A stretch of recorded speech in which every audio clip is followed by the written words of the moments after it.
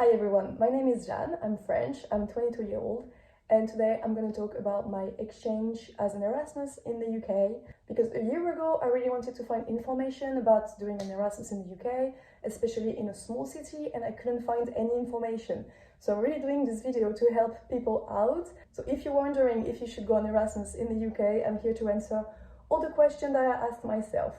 So a little bit more about me. I decided to go on an Erasmus exchange during my third year of studies. I am a communication and media student. I used to study in ISCOM in France. It's a communication school, and I decided to go on an Erasmus during my third year in the second semester, and I went on an Erasmus in Bournemouth in the UK. So now let's talk about the selection. So the selection is different from every school. For my school it was quite easy. I just had to do an English proficiency test. Most destinations for Erasmus ask for a B1 level or above. I didn't have to do any official test. I used my school's tests that they gave us, so that was quite easy. Then I did some administrative paperwork. I had to do a ranking of the destination I wanted to go to. Bournemouth was my second choice. I had to do a motivation letter and a couple of other administrative processes, and I got selected. And then both schools were really helping me during the entire process, so this is actually quite simple, even though it takes a lot of time. You do not need a visa to be an Erasmus student in the UK because you're staying for less than 6 months. So you're actually just having, I think it's called a residency permit or something like this. You just have to sign up online, it's quite easy, you don't have to pay anything. But yeah, you're just allowed to be a student and you're not allowed to work. Now I'm going to talk about Bournemouth as a city. So Bournemouth is actually quite a small city. It is located on the southern coast. It's 3 hours away from London. It's not that small. There is basically every basic things to do. Actually, they have everything you really need. They have a cinema, they have spectacle rooms, they have restaurants. All the biggest brands have shops in Bournemouth. And one of the advantages of Bournemouth is that it's quite central, so you can actually travel so much. London is only 3 hours away, and there is a lot of small destinations to do on the southern coast of England that are absolutely adorable. And now I'm going to talk of Bournemouth as a student city. So Bournemouth's entire life is organized around the uni. So basically the very city center is only composed of uni buildings, so university accommodations. They have so many clubs. The buses run all through downtown, all straight to the campus. So one very good thing is that every student that live in the student accommodation are actually living right next to each other. So this was super easy. Anytime we would go out, we would be able to just walk back home all together. Then I would like to emphasize how great it is to live near the beach. Literally the student accommodation were maybe 15-20 minutes walk away from the beach. So we went on so many beach walks. So many times we just came out of the club and went to the beach for the sunrise.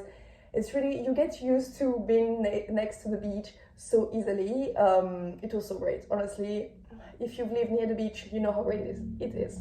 Now I'm going to talk about the social life, the nightlife. So to me, what I discovered is that the UK nightlife for students is absolutely crazy. So I'm going to speak for like a medium small town because that's what I experienced. Bournemouth was absolutely crazy. So there was something happening all the time, all day, every night. There were two things that made us able to do so many activities. It was the A-list card and the Rest Life BU events. So the A-list card is actually a company that I'm currently working for. It's a card that costs approximately £50. You have it for the entire year and it gives you a discount for basically everything in the city. So you would have a free entry every night of the week for a designated event.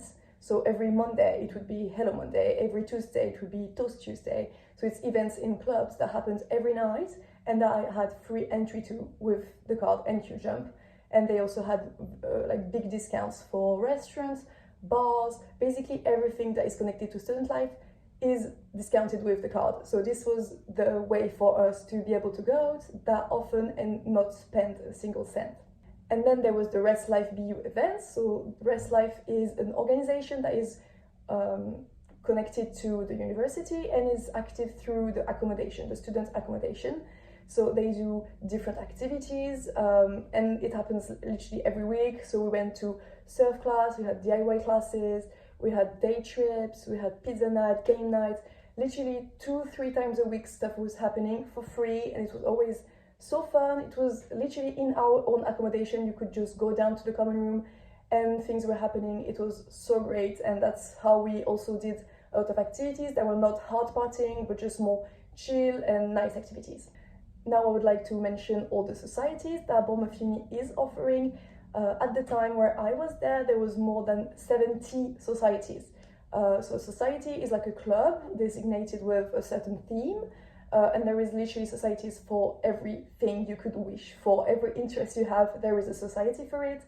So personally, I enrolled in the cocktail society, but there is like any sports have a society. They even have like chess society, women business society, even Taylor Swift societies. So this is like how various all the societies are.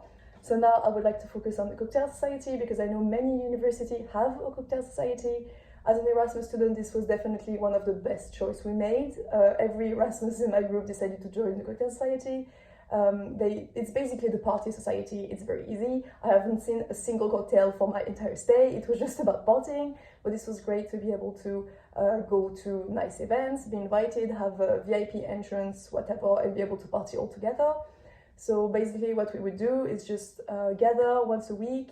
We would go into one of the student accommodation common rooms, just party all together. It's great to meet people because every time parties like pre-game had maybe like 30 to 50 people, and then we would all go to the club together and we would have VIP booths and just party all night. So that was great if you're into partying and you want to meet new people. Go to cocktail societies, especially this was, I will get back on this later, but this was a great way to meet local people and UK students basically. And now I would like to make a focus on Wetherspoons, so most commonly called Spoons. This is a pub chain that is absolutely amazing. Me and my friends love Spoons. This pub chain has pubs literally everywhere in the UK. The prices are so cheap, you can order on the app.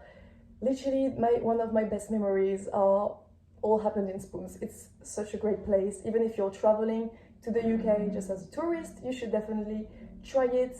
They have basically everywhere. Like every city has their Spoons. It's an institution. It's a huge part of British culture. So you should definitely go try it.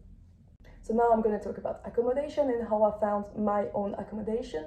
So there is two ways. There is the easy way and the hard way. I chose the easy way, which was enrolling and asking for an accommodation through my university, because as I mentioned, the university owns multiple accommodation buildings that are all next to each other. It's all part of a network, it's all organized, and they offered us some spaces in the rooms for us to stay at. So I just had to enroll through a form that they sent us if I wanted to be or not in a uni official accommodation. So if you are going to be an exchange student in Bournemouth, there is 3 different accommodation: the Student Village, Dorchester House, and a third one that was not that great. I would strongly advise, and this is worth for every other university, to choose to be in the city centre and not choose to be in the Student Village, because the campus of the university was quite far away from the city centre. And you could think like, oh, I want to be next to the university to be able to focus on my classes easier, but we never had class, literally never, and we would go out all the time.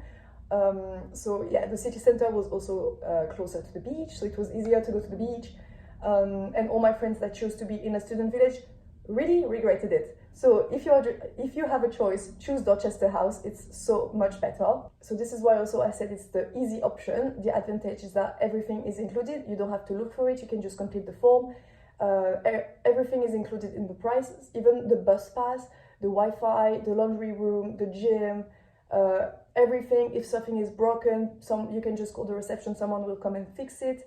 They are really, it's like a student accommodation, so they're really present to help you. And also there is basically no paperwork. I just signed the contract, arrived, told my name, they gave me the keys, I was in. As a French person, having to rent a flat is always such a struggle. I lived in student accommodation in France and it was such a struggle. And to live in a student accommodation in the UK is honestly so easy. I was shocked when I arrived and I just said my name and they gave me my keys and I was in. That's all that happened. This was crazy. And also I could pre-order a bedding pack and a food pack because it was COVID at the time. So I had to isolate. So I just filled the form saying, yes, please give me some food and give me the bedding pack.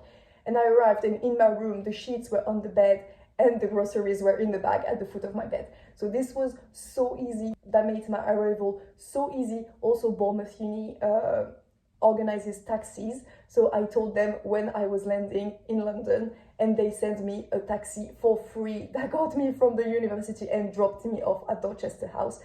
And then I arrived, got my key, my sheets were on my bed, and the food pack was at the foot of my bed. So this was like so easy. Bournemouth Uni are really sheltering their international students, are really taking care of us.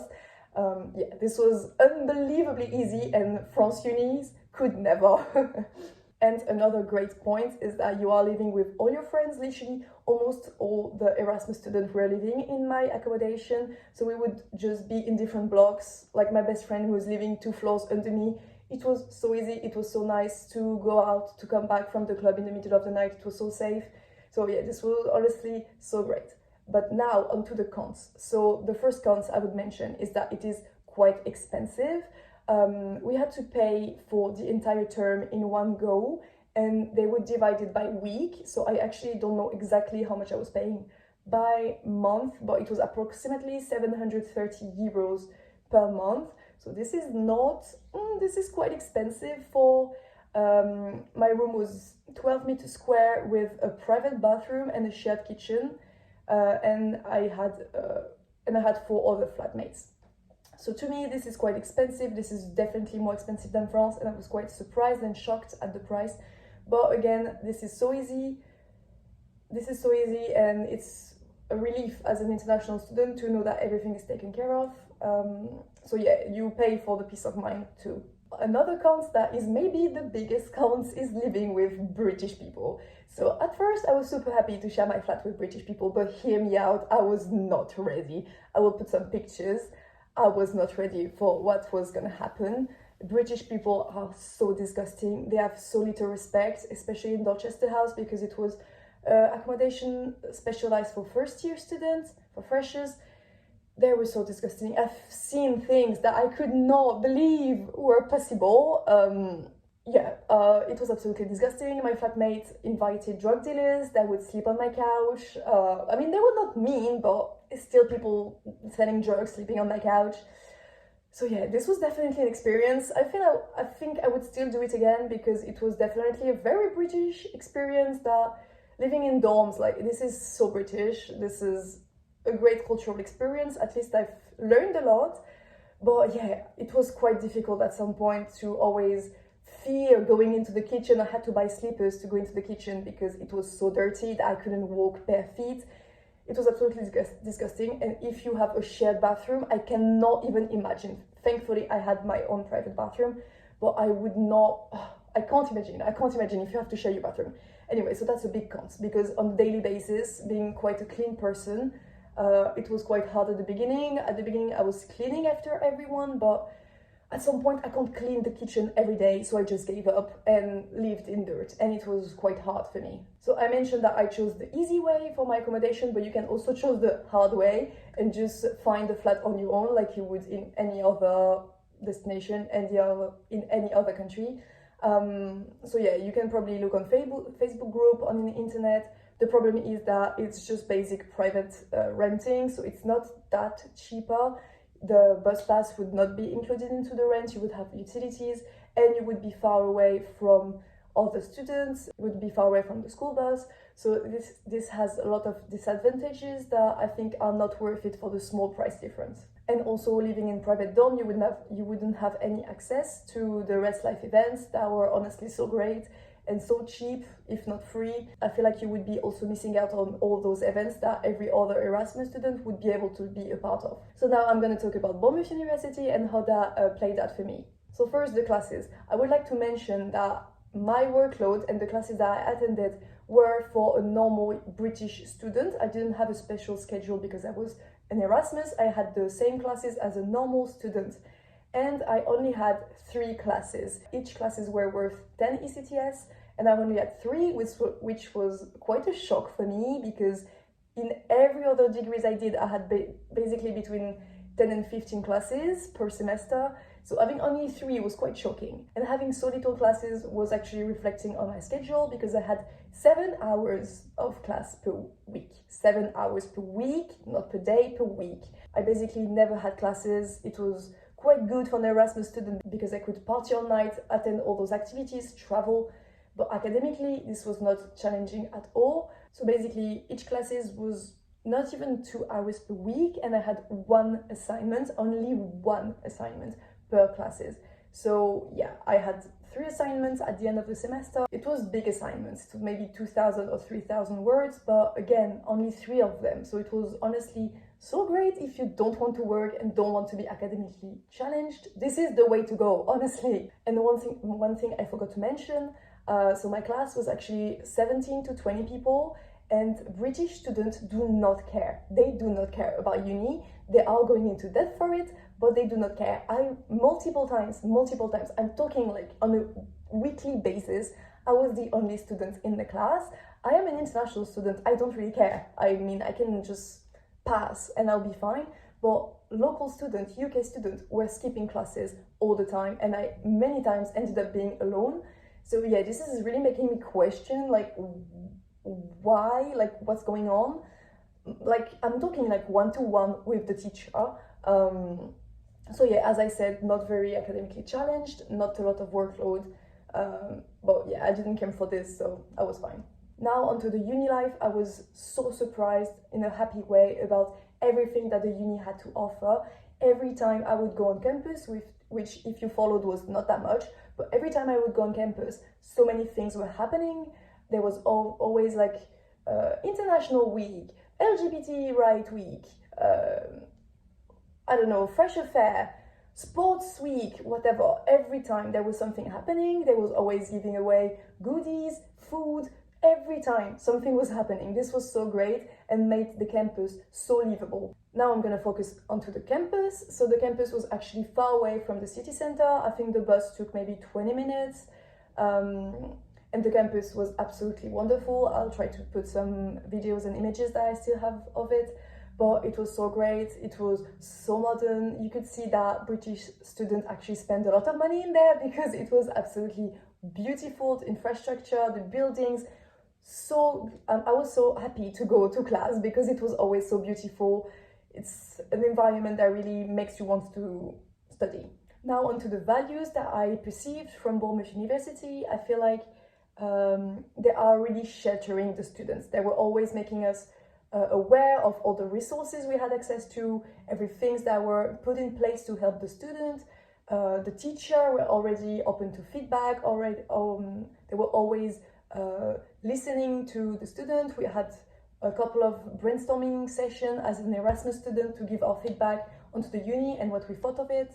So I feel like, yeah, Bournemouth Uni is really sheltering the student and really open to any modification, to improve. So that was honestly quite interesting to see as a French student with my uni that didn't really care about us. Bournemouth Uni really cares about the students for sure. And also one plus is Summerbowl Festival. So this is a festival organized in June every year. It's organized by the uni, like the uni is organizing a festival. I went last year, I'm going this year again.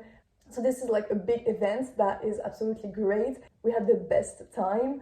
Yeah, and to me this is crazy that a university would organize a festival. They also have a bar on campus, like in the university there is a bar. So this is absolutely crazy to me.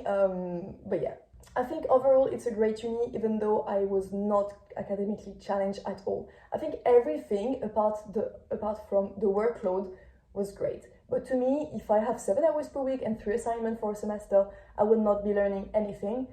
I didn't go on Erasmus to learn academic stuff, but if that's your point, then don't go to the UK because you're not going to learn anything. It will also depend on your field, but in communication and media, that wasn't the case at all. So about the cost, if you are an Erasmus student, you are not paying for your host school, you are only paying for your home university. So I just paid the fees from my French university. So now I am going to talk about meeting people. So making friends as an Erasmus student in the UK is so easy, so easy. I wasn't really stressed about making new friends, but I know some of my friends were, and honestly, This was so smooth, so easy. Just the first day, the university did a big gathering for all the Erasmus students. We met everyone, did a group chat. It was approximately 30 Erasmus students for the entire university. And it was so easy. Like, we just became friends straight away. So now I was talking about international people, other Erasmus students. But if you want to meet British people, which I strongly advise you do, if you are not in a society, you will basically have no opportunities to meet them. I mean, yes, you're going to meet them in the club or in the small activities you're going to do, but it's not like you're going to make solid relationship out of it. So if you're not in a society, I think it's going to be very hard to meet local people. So yeah, just go to a society, meet some like-minded people that are interested in socializing, and it should be easier to meet them. So yeah, during my Erasmus, I met honestly amazing people. I met my best friend, I met other great friends, I met my boyfriend, and we are still all in contact today. Literally my best friend, I'm seeing her, she's from the Czech Republic, Lucy, hi. We're traveling every month to see each other, and even if it's very hard to have all your friends living away, it's also providing you with great opportunities to travel. So yeah, even if it's hard, it's definitely worth it. And I made friendships that I will keep for my entire life, obviously. So now I'm going to focus a little bit more about the UK in particular. Bournemouth was great because we were able to travel all across the UK. Bournemouth has a bus station, a train station, and an airport. The cheapest way to travel is obviously through buses, so we've been to so many destinations in the UK. You should definitely visit the country while you're there. So we did Edinburgh, Glasgow, Oxford, Cambridge, so many day trips, London of course. So we did so many things. So yeah, it was really great to be able to travel that much, especially because we didn't have that many classes. So to be able to explore the entire country was great. The pub culture and the student culture in the UK is absolutely crazy. I feel like people are only in university to socialize. So this was actually quite crazy to see, because I feel like in France we have more of this uni party balance, but in the UK they only have party. Literally, they only party, and this was like crazy to witness. And I would like also to do a little highlight on the British weather. I've been told that the British weather was going to be terrible. We all know the urban legend. Yes, I'm saying legend because the British weather being shit is a lie.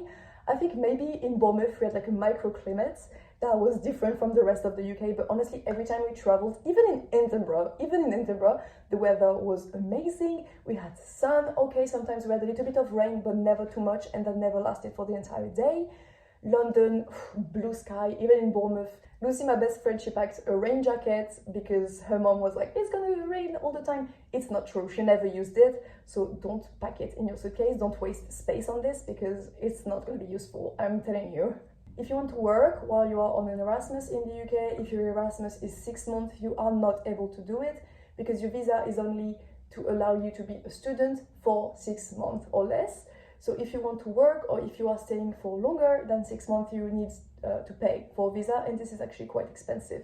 So unless you are freelancing or doing a remote work and not actually getting money from a UK institution, you will not be able to work. So now I'm going to talk about the budget and what you should plan for your Erasmus in the UK. So my rent was about, as I said, a little bit more than 700 euros per month. My groceries were approximately between 200 and 350 euros a month. I'm talking in euros, I'm not talking in pounds. And there was no additional cost as everything was in the rent. My bus pass was in the rent, the Wi-Fi, the laundry, the gym, everything, like utilities, no additional costs were from the rent. It was a little bit more than 700 and everything was included. The Erasmus scholarship is different for everyone. It depends from your home school. Mine had a very small scholarship. I earned 900 euros for my entire stay, which is not even 2 months of rent, so this was very useless.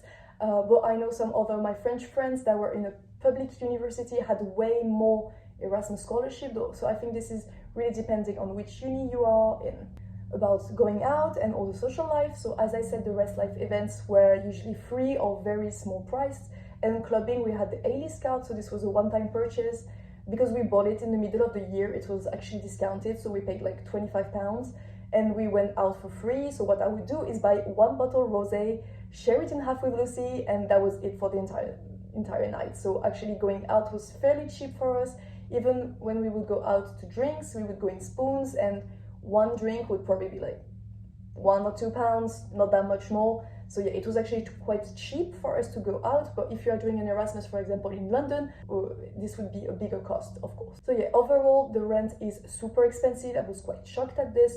The groceries are comparable. I've lived in France, I lived in Hungary, and I feel like the groceries are just as expensive everywhere. And shopping for clothes, beauty, whatever else you would need is actually similar to France. It's not that much more expensive. And about traveling, because I mentioned that I went to probably like 8 to 10 destinations, and you can travel for super cheap if you put your mind to it. I think for all 8 to 10 trips, I spent less than €700. And as I said, I went to Dublin, Edinburgh, Glasgow, London, Oxford, many destinations in the south of England, and all of that for probably less than €700. So if you put your mind to it, you can travel for cheap in the UK, but you need to look for the good deals.